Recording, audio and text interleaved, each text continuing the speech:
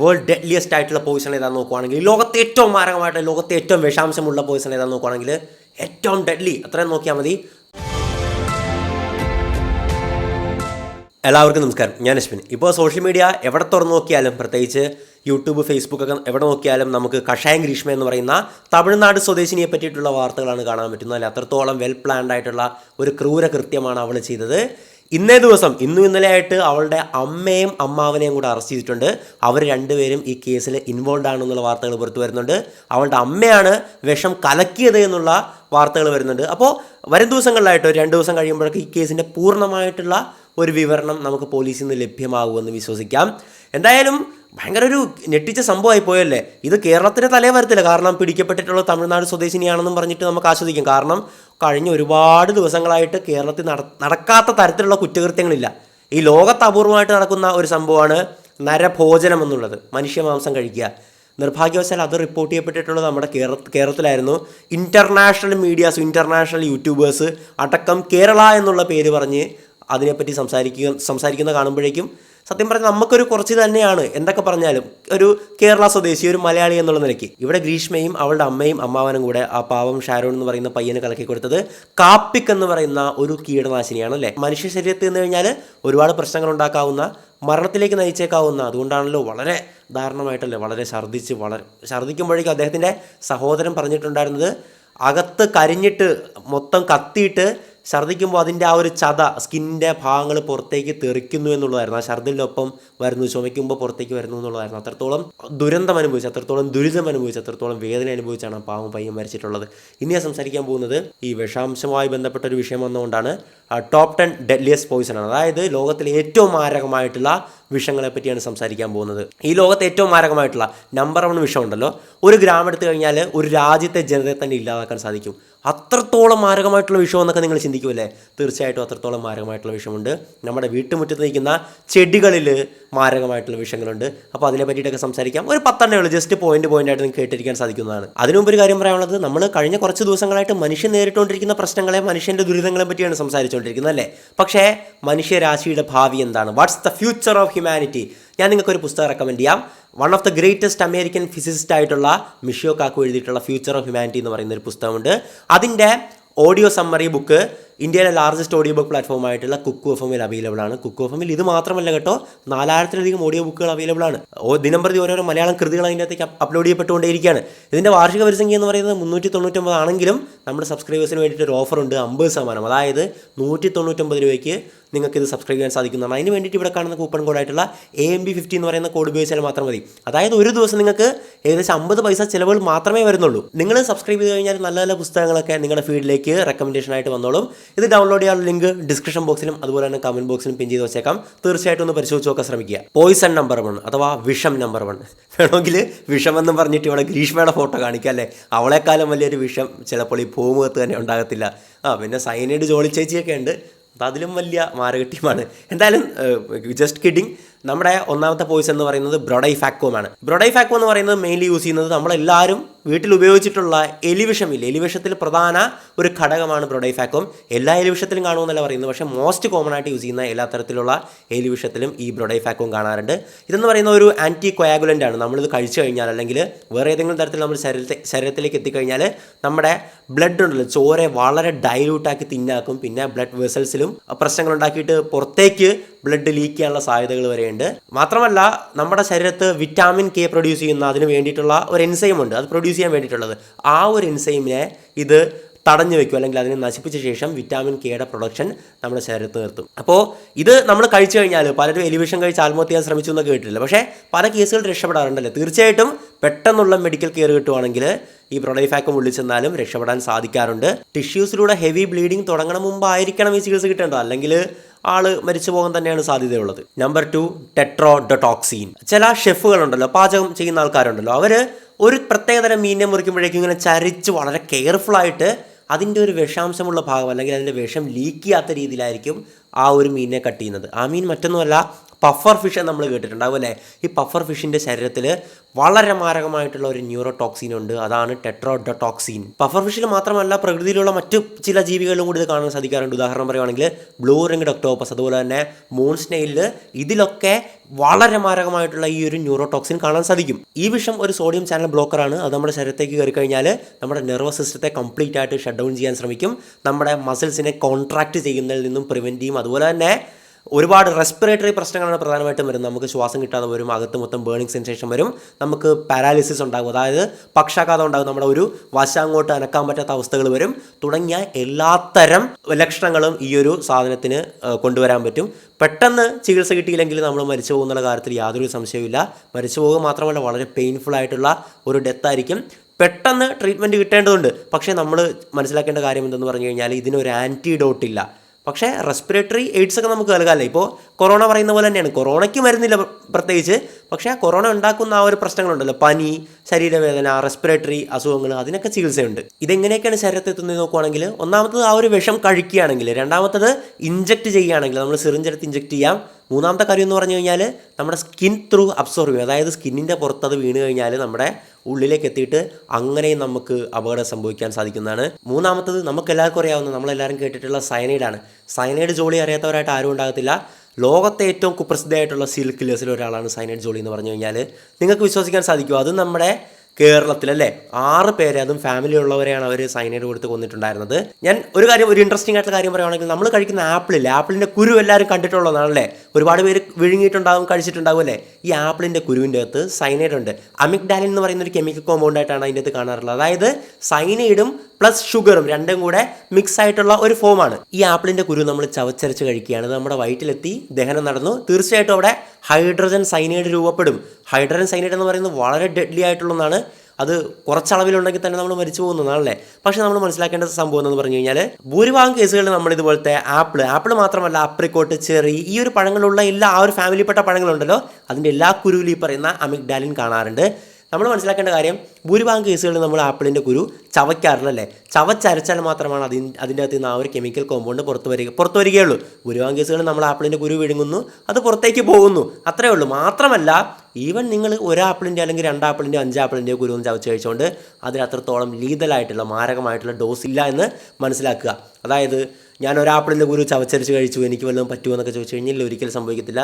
ഏകദേശം 100 മുകളിൽ 100 മുതൽ 1000 വരെയൊക്കെ ആപ്പിളുകളുടെ കുരു ഒറ്റയടിക്ക് കഴിക്കേണ്ടി വരും. എന്നാൽ മാത്രമേ അതൊരു മാരകമായിട്ടുള്ള ഡോസുകളിൽ എത്തത്തുള്ളൂ. എന്തുകൊണ്ടാണ് 100 മുതൽ 1000 വരെ എന്നൊക്കെയുള്ള കണക്ക് വരുവാണെങ്കിൽ, ആപ്പിൾ മാത്രമല്ല, ഞാൻ പറഞ്ഞ പോലെ തന്നെ പല ടൈപ്പ് ഓഫ് ആപ്പിൾ ഉണ്ട്, പല ടൈപ്പ് ഓഫ് ചെറീസ് ഉണ്ട്, അപ്രിക്കോട്ടുകളുണ്ട്, ആ ഫാമിലിയിൽപ്പെട്ട പല പഴങ്ങളുണ്ടല്ലേ, അതിൻ്റെയൊക്കെ കുരുവിനെ കണക്കാക്കി പറഞ്ഞാണ്. എന്തായാലും സൈനൈഡ് എന്ന് പറയുന്നത് പ്രധാനമായിട്ടും 2 മാരക ഫോംസിൽ കാണാറുണ്ട്. ഒന്ന് സോഡിയം സൈനൈഡും 2 പൊട്ടാസ്യം സൈനൈഡും. നമ്മൾ സിനിമയിലൊക്കെ കണ്ടിട്ടില്ലേ, തീവ്രവാദിയെ പിടികൂടാൻ വരുമ്പോഴേക്കും തീവ്രവാദി മറ്റേ മാലയിൽ കിടക്കുന്ന സാധനം ലോക്കറ്റ് കടിച്ച് ഓൺ ദി സ്പോട്ട് തന്നെ മരിക്കുന്നല്ലേ, അത് ഹൈഡ്രജൻ സൈനൈഡാണ്. അത് ഗ്യാസ് ആയിട്ടാണുള്ളത്. ഗ്യാസ് ഉള്ളതുകൊണ്ട് തന്നെ പെട്ടെന്ന് ഇൻസ്റ്റൻ്റ് ആയിട്ട് നമ്മുടെ ശരീരത്തിലേക്ക് നമ്മുടെ ശ്വാസനാളം വഴി അബ്സോർവ് ചെയ്തെടുത്ത് സെക്കൻഡുകൾക്കുള്ളിൽ ആൾ മരണപ്പെടും. സൈനൈഡിന് ഒരു ആൻറ്റിഡോട്ട് ഉണ്ട്, ഹൈഡ്രോക്സോ കൊബാലമിൻ എന്നാണ് അതിൻ്റെ പേര്. ഇപ്പോൾ ഗ്യാസ് വഴിയാണ് എത്തുന്നതെങ്കിൽ പെട്ടെന്ന് ആൾ മരിക്കും, പെട്ടെന്ന് കൊടുക്കാനുള്ളൊരു സമയം മിക്കപ്പോഴും കിട്ടാറില്ലല്ലേ. പക്ഷേ നമ്മൾ സോളിഡായിട്ട് അല്ലെങ്കിൽ ലിക്വിഡായിട്ട് വാ വഴിയാണ് കഴിക്കുന്നതെങ്കിൽ ഈ ഹൈഡ്രോക്സോ കൊബാലമിൻ കൊടുത്ത് ഒരുപാട് ആൾക്കാർ രക്ഷപ്പെട്ട കഥകൾ നമുക്ക് നെറ്റിൽ നിന്ന് വായിക്കാൻ സാധിക്കുന്നതാണ്. അപ്പോൾ സൈനൈഡിന് തീർച്ചയായിട്ടും ഒരു ആൻറ്റിഡോട്ട് അവൈലബിൾ ആണെന്ന് മനസ്സിലാക്കുക. നമ്പർ 4 സ്ട്രിക്നൈൻ. സ്ട്രിക്നോസ് നക്സ് വോമിക്ക എന്ന് പറയുന്ന ചെടി നമ്മുടെ ഇന്ത്യയിൽ ത്രൂ ഔട്ട് വളരാറുണ്ട്. അതെന്ത് ചെടിയാണെന്നല്ലേ, മറ്റൊന്നുമല്ല, നമ്മുടെ വീട്ടുമുറ്റത്തൊക്കെ നിൽക്കുന്ന കാഞ്ഞിരം കണ്ടിട്ടില്ലേ, കാഞ്ഞിരത്തിൻ്റെ പഴവും അതിൻ്റെ കുരു കാണാത്ത ആരും തന്നെ ഉണ്ടാകത്തില്ല. റോഡ് സൈഡിലൊക്കെ ഇങ്ങനെ കിടക്കുന്ന കാണാം. ചെറുപ്പകാലത്ത് അതൊക്കെ പെറുക്കി ഞങ്ങൾ നാണയത്തിന് പകരം കാശാന്നൊക്കെ പറഞ്ഞ് ഉപയോഗിച്ച് കളിക്കുമായിരുന്നു. അപ്പോൾ എന്തായാലും കാഞ്ഞിരത്തിൻ്റെ കുരു എന്ന് പറയുന്നത് മാരകമായിട്ടുള്ള ഒരു വിഷാംശമാണ് അതിൻ്റെ അകത്തുള്ളത്. ആ ഒരു വിഷത്തിൻ്റെ പേരാണ് സ്ട്രിക്നൈൻ. നമ്മുടെ നാട്ടിൽ പല ക്രൂരന്മാരും ചെയ്യുന്ന കാര്യം എന്താണെന്നറിയാവോ, കാഞ്ഞിരത്തിൻ്റെ കുരു വരച്ചിട്ട് ഈ നായ്ക്കളെ കൊല്ലാൻ വേണ്ടിയിട്ട്, അവരുടെ വീട്ടിൽ വന്ന് വെറുതെ കുരയ്ക്കുന്ന നായായിരിക്കും, അതിനെയൊക്കെ ഈ കാഞ്ഞിരത്തിൻ്റെ കുരു അരച്ച ഫുഡ് ചേർത്ത് കൊടുത്ത് ക്രൂരമായിട്ട് കൊല്ലുന്ന കാഴ്ചകൾ എനിക്ക് പേഴ്സണലി അറിയാം, കൃത്യമായിട്ട് അറിയാവുന്നതുകൊണ്ടാണ് പറയുന്നത്.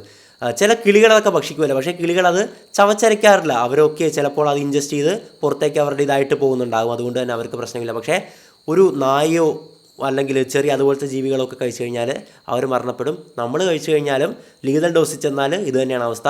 നമ്മുടെ കിഡ്നി ഫെയിലിയർ ഉണ്ടാകും, അതുപോലെ തന്നെ റെസ്പിറേറ്ററി നമ്മുടെ ശ്വാസ പ്രക്രിയകൾക്ക് തകരാർ സംഭവിക്കും, നമ്മൾ മരിച്ചു പോകും. അഞ്ചാമത്തത് റൈസിൻ. നമ്മൾ കാസ്റ്റർ ഓയിൽ എന്ന് കേട്ടിട്ടുണ്ടാകും. മലയാളത്തിൽ ആവണക്കെണ്ണ എന്ന് കേൾക്കാത്തവരുണ്ടോ? ആവണക്കെണ്ണ ഒരുപാട് മേഖലകൾ ഉപയോഗിക്കാറുണ്ടല്ലോ. പക്ഷേ ആവണക്കെണ്ണയിൽ വളരെ മാരകമായിട്ടുള്ള ഒരു കെമിക്കൽ സബ്സ്റ്റൻസ് ഉണ്ട്. അതിൻ്റെ പേരാണ് റൈസിൻ എന്നുള്ളത്. ഇതൊരു കാർബോഹൈഡ്രേറ്റ് ബൈൻഡിങ് പ്രോട്ടീനാണ്. അതായത് ഇത് നിങ്ങളുടെ ഉള്ളിൽ ചെന്ന് കഴിഞ്ഞാൽ നിങ്ങളുടെ ശരീരത്തിൽ പ്രോട്ടീൻ സിന്തസിസ്, പുതിയ പ്രോട്ടീനുകൾ ഉൽപ്പാദിപ്പിക്കപ്പെടുന്ന ആ ഒരു പ്രോസസ്സ് നിർത്തലാക്കപ്പെടും.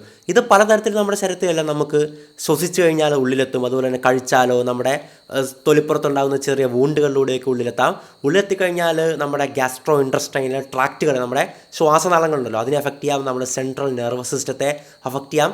നമ്മുടെ ശരീരത്തിലുള്ള എല്ലാ ഓർഗൻസിനെയും ഈ ഒരു സാധനത്തിന് അഫക്റ്റ് ചെയ്യാൻ പറ്റും ഒരുപാട് നേരം നിൽക്കുകയാണെങ്കിൽ. ഒന്നാം ലോക മഹായുദ്ധത്തിൻ്റെ സമയത്ത് അമേരിക്കയും റഷ്യയും റൈസിനെ ഒരു വെപ്പണാക്കി ഉപയോഗിക്കാൻ തീരുമാനിച്ചിട്ടുണ്ടായിരുന്നു. പക്ഷേ പിന്നീട് ആ ഒരു യുദ്ധം നിൽക്കുകയും അവർ തൻ്റെ കസ്റ്റഡിയിൽ അതിനെ വയ്ക്കുകയാണ് ചെയ്തത്. പല കേസുകൾ റിപ്പോർട്ട് ചെയ്തിട്ടുണ്ട്. റൈസിൻ പൗഡർ ലെറ്ററുകൾ വഴി അയക്കുന്നു എന്ന് പറഞ്ഞിട്ട് നമ്മൾ പണ്ട് കേട്ടിട്ടുള്ള ഒന്നാണ് ആന്ത്രാക്സ് ലെറ്റേഴ്സ് എന്നൊക്കെ അല്ലേ. അതുപോലെ റൈസിൻ ലെറ്റേഴ്സ് അയച്ച സംഭവങ്ങൾ നിലവിൽ നമുക്ക് വായിക്കാൻ സാധിക്കുന്നതാണ്. ആറാമത്തത് VX. കേൾക്കുമ്പോൾ എന്തെങ്കിലും കമ്പ്യൂട്ടർ സോഫ്റ്റ്വെയറിൻ്റെ പേര് ഇപ്പോൾ VLC എന്നൊക്കെ പറയുന്ന പോലെ, അല്ലെങ്കിൽ VX എഞ്ചിൻ ഓയിൽ എന്നൊക്കെ പറയുന്ന പോലെ തോന്നുമല്ലേ. പക്ഷേ ഇന്നവരെ ലോകം കണ്ടിട്ടുള്ള ഏറ്റവും വലിയ മാരകമായിട്ടുള്ള വിഷാംശങ്ങളിലൊന്നാണ്. ഇത് ഡെവലപ്പ് ചെയ്യുന്നത് 1950 ബ്രിട്ടനിലുള്ള ഇമ്പീരിയൽ കെമിക്കൽ ഇൻഡസ്ട്രിയിലാണ്. രണജിത് ഘോഷ് എന്ന് പറയുന്ന ഒരാളാണ്. പേര് കേട്ടിട്ട് ഒരു ഇന്ത്യൻ ടച്ച് ഉണ്ടല്ലേ. അദ്ദേഹത്തെ പറ്റിയിട്ടുള്ള കൂടുതൽ വിവരങ്ങളൊന്നും ലഭ്യമല്ല. എന്തായാലും അദ്ദേഹം കണ്ടുപിടിച്ചിട്ടുള്ളത് വിഷാംശമായിട്ട് മനുഷ്യനെ കൊല്ലാൻ വേണ്ടിയിട്ടുള്ളതല്ല, മറിച്ച് ഒരു പെസ്റ്റിസൈഡ് അല്ലെങ്കിൽ പ്രാണികളൊക്കെ കൊല്ലാനുള്ള ഒരു കീടനാശിനിയായിട്ടാണ് അദ്ദേഹം കണ്ടുപിടിച്ചിട്ടുണ്ടായിരുന്നത്. നമ്മുടെ ന്യൂറോ ട്രാൻസ്മിഷനെ ബ്ലോക്ക് ചെയ്യാൻ ശേഷിയുള്ള ഒരു മാരകമായിട്ടുള്ള വെരി ലീത്തലായിട്ടുള്ള ഒരു കോമ്പൗണ്ടാണ് VX എന്നുള്ളത്. യൂഷ്വലി ഇത് കമ്പയർ ചെയ്യുന്നത് സരിൻ എന്നൊക്കെ പറയുന്ന വളരെ ബ്രൂട്ടലായിട്ടുള്ള അല്ലെ, വളരെ കോൾഡ് ബ്ലഡഡ് ആയിട്ട് കില്ല് ചെയ്യാൻ പറ്റുന്ന ഒരു ന്യൂറോ ടോക്സിൻ ഉണ്ട്. അപ്പോൾ അതൊക്കെ ആയിട്ടാണ് കമ്പയർ ചെയ്യുന്നത്. എന്തായാലും ഇത് പ്രധാനമായിട്ടും ചർച്ച ചെയ്യപ്പെടുന്നത് വർഷം 2017 അന്ന് നമ്മുടെ കിം ജോങ് ഉൻ ഉണ്ടല്ലോ, നോർത്ത് കൊറിയയുടെ തലവൻ, അയാളുടെ ഒരു സഹോദരനായിട്ടുള്ള കിം ജോങ് നാമുണ്ട്. 2017 പുള്ളി മലേഷ്യയിലേക്ക് പോകുമായിരുന്നു. അവിടെ ചെന്നപ്പോഴേക്ക് സംഭവിച്ച കാര്യം എന്ന് പറഞ്ഞു കഴിഞ്ഞാൽ, പുള്ളി നടന്നു വരികയായിരുന്നു. പെട്ടെന്ന് 2 പെണ്ണുങ്ങൾ അങ്ങോട്ട് വരികയാണ്. പെണ്ണുങ്ങൾ വന്ന് ഇയാളുടെ മുഖത്തേക്ക് ഒരു ലിക്വിഡ് ഒഴിക്കുകയാണ്. മാത്രമല്ല ആ ലിക്വിഡിൽ പൊതിഞ്ഞിട്ടുള്ള ഒരു ക്ലോത്തും ഇയാളുടെ മുഖത്തേക്ക് പൊത്തി വയ്ക്കുകയാണ്. ഇയാൾ നിന്ന് നിപ്പിൽ വടി പോലെ പുറകോട്ട് വീഴുകയാണ്, കിം ജോങ് നാം. അപ്പോൾ അയാൾ ആശുപത്രിയിൽ എത്തിച്ചു. അയാളുടെ മരണം കൺഫേം ചെയ്തു. പക്ഷേ പരിശോധിച്ചപ്പോൾ മനസ്സിലായത് VX എന്ന് പറയുന്ന ആ മാരക കെമിക്കൽ കോമ്പൗണ്ട് അദ്ദേഹത്തിൻ്റെ മേത്തിൽ നിന്ന് കിട്ടിയെന്നുള്ള കാര്യമാണ്.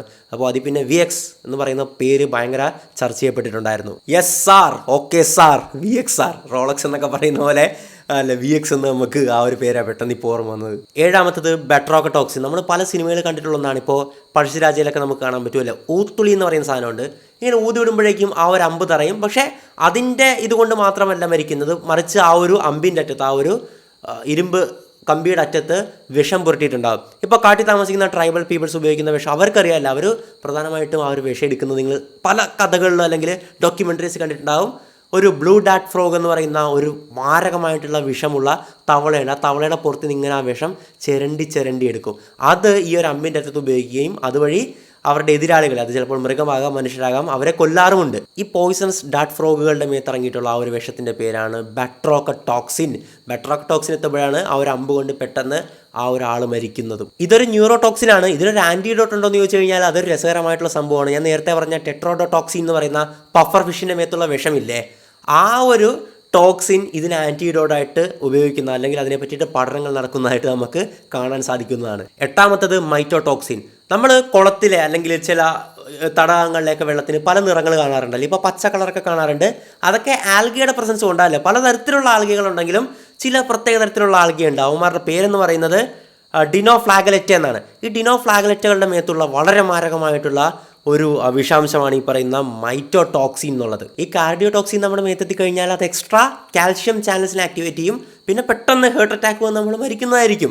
വളരെ ലീതലായിട്ടുള്ള ഡോസാണ്. പക്ഷേ ഇതിനെ പറ്റിയിട്ട് എത്രത്തോളം ഡോസാണ് ഒരു മനുഷ്യനെ ഏറ്റു കഴിഞ്ഞാൽ അപകടം വരുന്നതെന്ന് പഠിക്കാനായിട്ടുള്ള അത്രത്തോളം ഇത് എൻകൗണ്ടർ ചെയ്തിട്ടുള്ളൊരു റിപ്പോർട്ട് നമുക്ക് കിട്ടില്ല. കാരണം കടലിലോ അല്ലെങ്കിൽ ചില വെള്ളത്തിൻ്റെ ചില അപൂർവം ചില പ്രദേശങ്ങളിൽ മാത്രം കാണുന്ന ഒന്നാണ്. മനുഷ്യനുമായിട്ട് ഇത് കോൺട്രാക്ട് ചെയ്തിട്ടുള്ള റിപ്പോർട്ടുകൾ വളരെ അപൂർവമായിട്ട് മാത്രമേ നമുക്ക് കാണാൻ സാധിക്കത്തുള്ളൂ. ഒമ്പതാമത്തത് ബോട്ടുലിനം ടോക്സിൻ. ഇതിനെ പറ്റിയിട്ട് അല്ലെങ്കിൽ ഇത് ആദ്യമായിട്ട് കണ്ടുപിടിക്കുന്നത് 18ാം നൂറ്റാണ്ടുകളിൽ ജർമ്മനിയിലാണ്. അന്ന് അവിടെ ഒരു ഫുഡ് പോയിസൺ സംഭവിക്കുകയാണ്.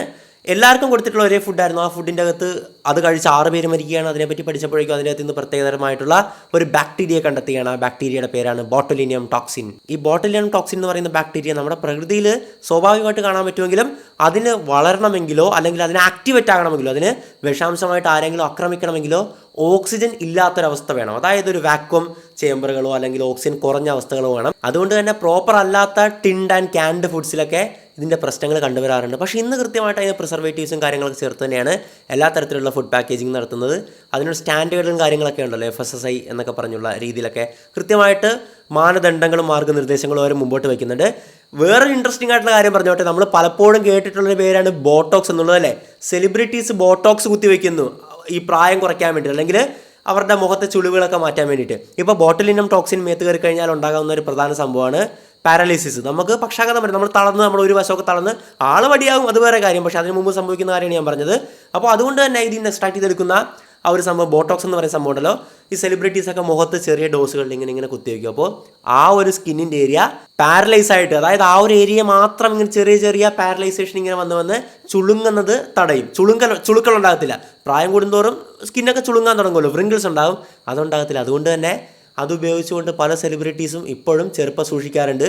ചില സെലിബ്രിറ്റീസ് ആകട്ടെ ഒരു പർട്ടിക്കുലർ സിനിമ അഭിനയിക്കാൻ വേണ്ടിയിട്ട് ഈ ബോട്ടോക്സ് ഒക്കെ കുത്തിവെച്ച് ആകെപ്പാടെ കുളമാകുന്ന അവസ്ഥയിലേക്ക് എത്തിച്ചേർന്ന കാഴ്ചകൾ നമ്മൾ കണ്ടുകൊണ്ടിരിക്കുകയാണ്. 10ാമത്തെ വേൾഡ് ഡെഡ്ലിയസ്റ്റ് ആയിട്ടുള്ള പോയിസൺ ഏതാണെന്ന് നോക്കുവാണെങ്കിൽ, ലോകത്തെ ഏറ്റവും മാരകമായിട്ട് ലോകത്തെ ഏറ്റവും വിഷാംശമുള്ള പോയിസൺ ഏതാണെന്ന് നോക്കുവാണെങ്കിൽ ഏറ്റവും ഡെഡ്ലി അത്രയും നോക്കിയാൽ മതി, പൊളോണിയം. നമ്മൾ കെമിസ്ട്രിയിൽ അല്ലെ, നമ്മുടെ കെമിസ്ട്രി ക്ലാസ്സുകളിൽ സ്കൂളിൽ എപ്പോഴെങ്കിലും കേട്ടിട്ടുള്ള വാക്കാണ് പൊളോണിയം എന്നുള്ളത്. ഇത് കണ്ടുപിടിച്ചിട്ടുള്ളത് ക്യൂറി കപ്പിൾസാണ്. മേരി ക്യൂറിയും പിയറി ക്യൂറിയും കൂടെയാണ് ഇത് കണ്ടുപിടിച്ചിട്ടുള്ളത്. ഇത് റേഡിയോ ആക്റ്റീവ് ആയിട്ടുള്ളൊരു സബ്സ്റ്റൻസ് ആണ്. മാരക റേഡിയോ ആക്റ്റീവ് ആണ് ഈ ഒരു സാധനം. ഇത് എത്രത്തോളം മാരകമാണ് അല്ലെങ്കിൽ എത്രത്തോളം അപകടമാണെന്ന് മനസ്സിലാക്കാൻ സാധിക്കണമെങ്കിൽ ഏകദേശ കണക്കുകൾ പറയാം. അതായത് 1 ഗ്രാം പൊളോണിയം എടുക്കുകയാണ്, 1 ഗ്രാമേ ഉള്ളൂ എന്ന് ഓർക്കുക, അതിനെ 7 ട്രില്യൺ ഭാഗങ്ങളായിട്ട് സ്പ്ലിറ്റ് ആക്കിയാണ്. 7 ട്രില്യൺ. അപ്പോൾ ആ ഒരു ഭാഗത്തിൽ എത്ര മൈന്യൂട്ടായിട്ടുള്ള സബ്സ്റ്റൻസ് ആണ് ഉള്ളത് നിങ്ങൾക്ക് ചിന്തിക്കാമല്ലോ അല്ലേ. ആ ഒരു ഭാഗം മതി നിങ്ങളെ കൊല്ലാനായിട്ട്.